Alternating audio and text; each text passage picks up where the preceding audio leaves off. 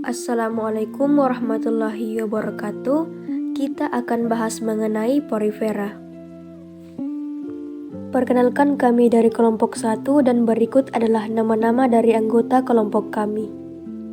Pokok pembahasan yang akan kita jelaskan kali ini adalah definisi umum mengenai filum porifera dan ketiga kelasnya, yaitu kelas Calcareae, Hexatinellida, dan Demospongia. Kita akan membahas lebih spesifik mengenai struktur tubuh, sistem pencernaan, sistem reproduksi, dan klasifikasi beberapa dari kelas tersebut.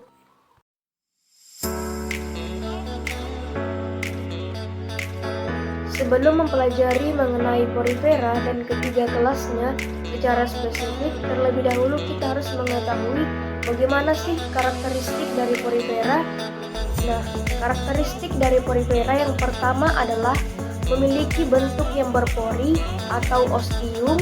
Yang kedua, memiliki bentuk yang tidak beraturan atau asimetri. Yang ketiga, memiliki bentuk yang bervariasi. Ada yang berbentuk seperti tabung, ada yang berbentuk seperti vas bunga, dan seperti mangkuk. Nah, selain bentuknya, warnanya juga bervariasi. Nah, porifera ini itu tidak bergerak, dia itu hanya menetap di tempatnya atau biasa juga disebut dengan sesil. Assalamualaikum warahmatullahi wabarakatuh. Saya Yunika Nurinsani dengan NIM H01201001. Di sini saya akan membawakan materi tentang kelas Calcareae. Nah, Calcareae adalah salah satu dari kelas pada filum porifera di mana memiliki bentuk silinder atau seperti vas bunga yang memiliki warna yang pucat. Nah, kemudian kerangka tubuh dari Calcareae ini memiliki spikula atau banyak spikulum yang berbentuk jarum dari zat kapur atau kalsium karbonat atau CaCl3 dan berukuran besar.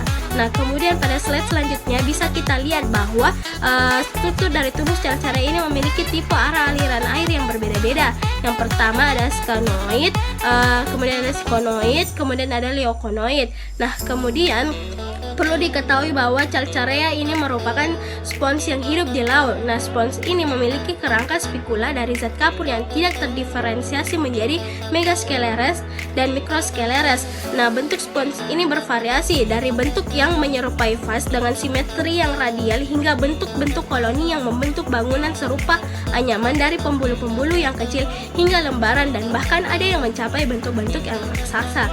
Kemudian pada slide selanjutnya saya akan membahas tentang sistem pencernaan dari Calcareae. Nah, Sikon ciliatum merupakan contoh dari kelas Calcareae di mana mendapatkan makanan dengan menyaring air melalui koanosit. Nah, kemudian air memasuki kanal inkuren. Kemudian kanal tersebut dipagari dengan pinokosit dan berkomunikasi dengan ruang flagella melalui lubang-lubang kecil yang disebut prosopiles. Nah, yang membuka ke dalam tabung flagella internal yang dilapisi dengan konosit. Partikel makanan kemudian dicerna secara intraselular. Nah, kemudian nutrisi tersebut diangkut dari koanosit ke sel lain melalui ameboids di mesohil tersebut. Nah, kemudian pada slide selanjutnya saya akan membahas tentang sistem reproduksi dari Calcareae, di mana untuk berkembang biak, Calcareae menggunakan dua cara. Yang pertama secara aseksual. Nah, perkembangbiakan ini dilakukan dengan cara membentuk tunas eksternal, memisahkan diri dan tumbuh menjadi tumbuhan baru. Selain itu bisa juga secara internal atau gemula. Nah, yang kedua secara seksual dilakukan dengan pembentukan gamet jantan dan betina. Hal itu terjadi dengan cara penyatuan ovum dan juga sel sperma. Nah, kemudian sel sperma tersebut keluar dari tubuh induk dengan melalui oskulum secara bersamaan dengan aliran air di dalam spongiole. Sperma tersebut akan masuk ke dalam koanosit juga ameboids.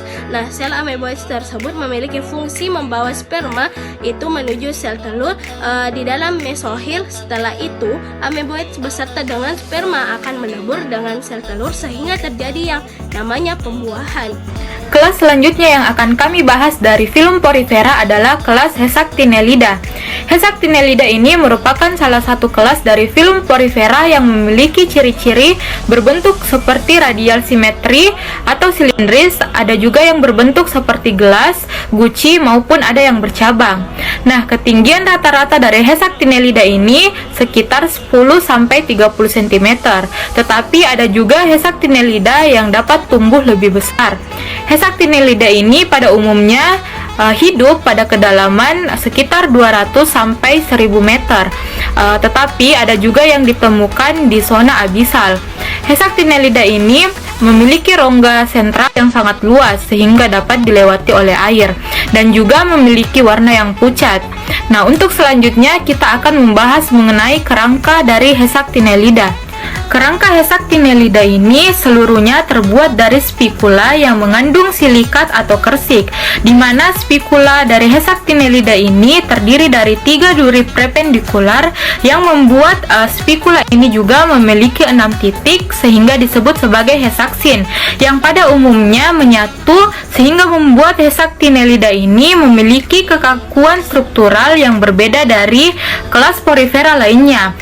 Sebelum melangkah kepada struktur histologi dari Hexactinellida, mari kita lihat video ini terlebih dahulu. Nah, teman-teman dapat melihat secara jelas di video ini mengenai kerangka dari Hexactinellida yang keseluruhannya itu berupa spikula-spikula yang mengandung silikat.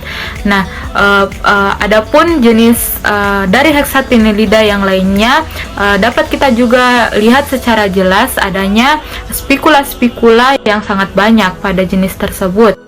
Struktur histologi dari Hexactinellida ini berbeda dari porifera lainnya, di mana seluruh permukaan tubuh dari Hexactinellida ini yang bersentuhan langsung dengan air tertutupi bukan oleh pinakoderm, tetapi oleh bingkai benang-benang sinsitium dari sel-sel tubuh lunak yang melewati tonjolan-tonjolan spikula yang panjang.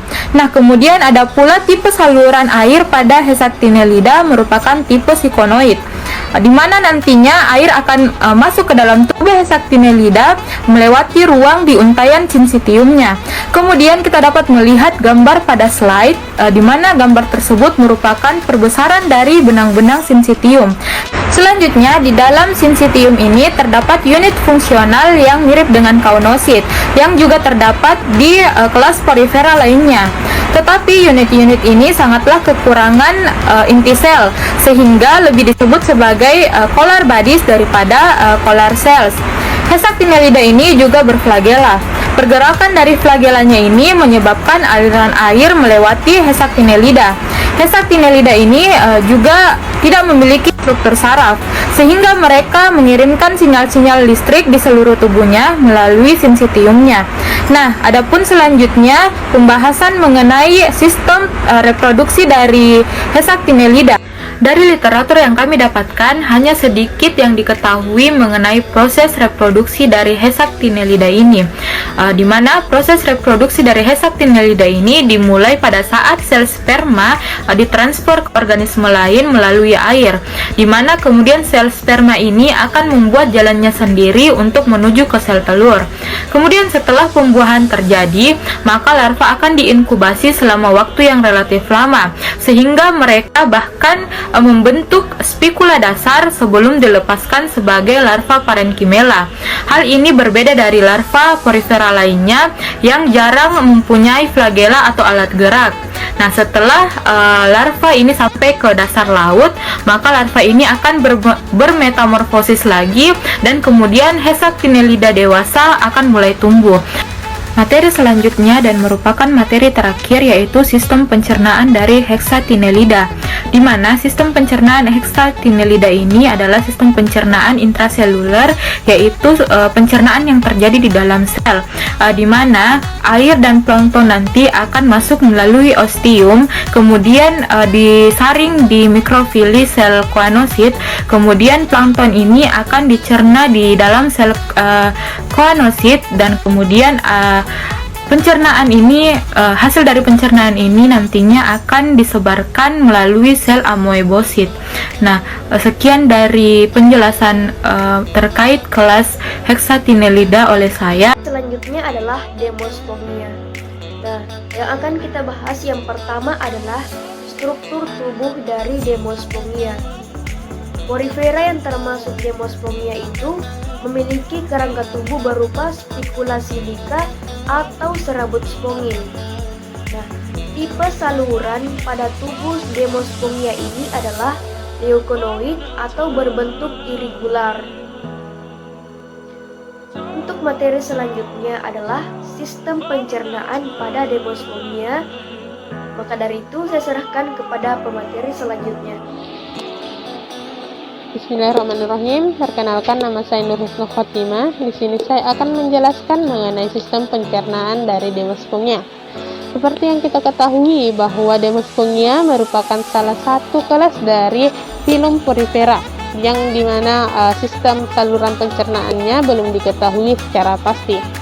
Akan tetapi di beberapa jurnal, artikel serta buku menyebutkan bahwa Demospongia ini dapat mengolah makanannya dengan cara intraseluler atau proses intraseluler, yakni di mana sel-selnya akan bertindak langsung untuk memecah ataupun merombak partikel-partikel makanan yang masuk ke dalam tubuhnya. Mekanisme dari Demospongia, sistem pencernaan dari Demospongia ini pertama kali yang diawali dengan proses ketika partikel-partikel makanan yang masuk ke dalam tubuh Demospongia melalui ostia pada saat proses aliran air masuk ke dalam tubuhnya, kemudian akan melewati suatu ruangan yang disebut sebagai konosit. Nah, di dalam ruangan konosit itulah terjadi proses penyaringan oleh mikrofili sel leher yang bertindak sebagai filter. Selanjutnya, partikel-partikel makanan akan ditangkap oleh sel-sel konosit untuk diedarkan ke daerah internal yang disebut sebagai vakuola makanan. Nah, di dalam vakuola makanan tersebutlah partikel-partikel makanan akan dirombak atau diubah secara kimiawi oleh adanya enzim karbohidrase, lipase, dan protease. Ketiga enzim tersebut kemudian akan mengubah partikel-partikel makanan menjadi yang lebih sederhana, sehingga partikel-partikel makanan akan diubah pH-nya dari asam menjadi basa. Di dalam vakuola makanan terjadi pula namanya proses siklosis, di mana proses tersebut vakuola makanan akan mengedarkan sari-sari makanan ke seluruh bagian tubuh dari Demospongia yang dibantu oleh adanya sel-sel amoebosit. Nah, di samping itu, partikel-partikel makanan yang tidak tercerna secara sempurna di dalam vakuola makanan kemudian akan disimpan di dalam sel-sel amoebosit untuk kemudian dikeluarkan melalui oskulum. Ya, mungkin seperti itulah sistem pencernaan dari Demospongia. Kurang dan lebihnya mohon dimaafkan. Saya persilahkan ke pemateri selanjutnya. Saya menggunakan dua cara. Yang pertama secara aseksual. Nah, perkembangbiakan ini dilakukan dengan cara membentuk tunas eksternal, memisahkan diri dan tumbuh menjadi tumbuhan baru. Selain itu bisa juga secara internal atau gemula. Nah, yang kedua secara seksual dilakukan dengan pembentukan gamet jantan dan betina. Hal itu terjadi dengan cara penyatuan ovum dan juga sel sperma.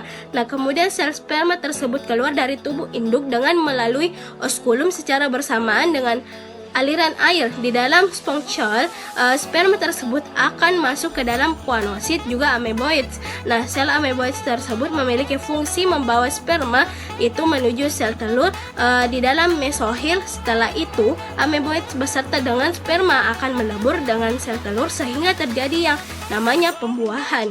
Sekarang kita bahas mengenai klasifikasi dari porifera. Nah, porifera ini terbagi atas 3 kelas. Yang pertama ada Calcarea, yang kedua Hexatinellida, dan yang ketiga Demospongia. Pembagian ketiga kelas ini berdasarkan pada kerangka tubuh dan spikula penyusunnya. Pada Calcarea itu, kerangka tubuhnya disusun oleh zat kapur. Pada Hexatinellida itu kerangka tubuhnya disusun dari silikat, sedangkan Demospongia itu kerangka tubuhnya tersusun dari serat spongin. Nah, kelas pertama ada Calcarea. Nah, kelas Calcarea ini ordonya adalah Leucosolenida, familinya Leucosolenidae, genusnya Leucosolenia, dan salah satu spesiesnya adalah Leucosolenia paridialis. Kelas selanjutnya adalah Hexatinellida. Ordonya adalah Disacchinosida, familinya Eupletelidae, genusnya Eupletella, dan salah satu spesiesnya adalah Eupletella aspergillum. Kelas yang ketiga adalah Demospongia. Ordonya adalah Haploschlorida, familinya Spongidae, genusnya Spongia, dan salah satu spesiesnya adalah Spongilla lacustri.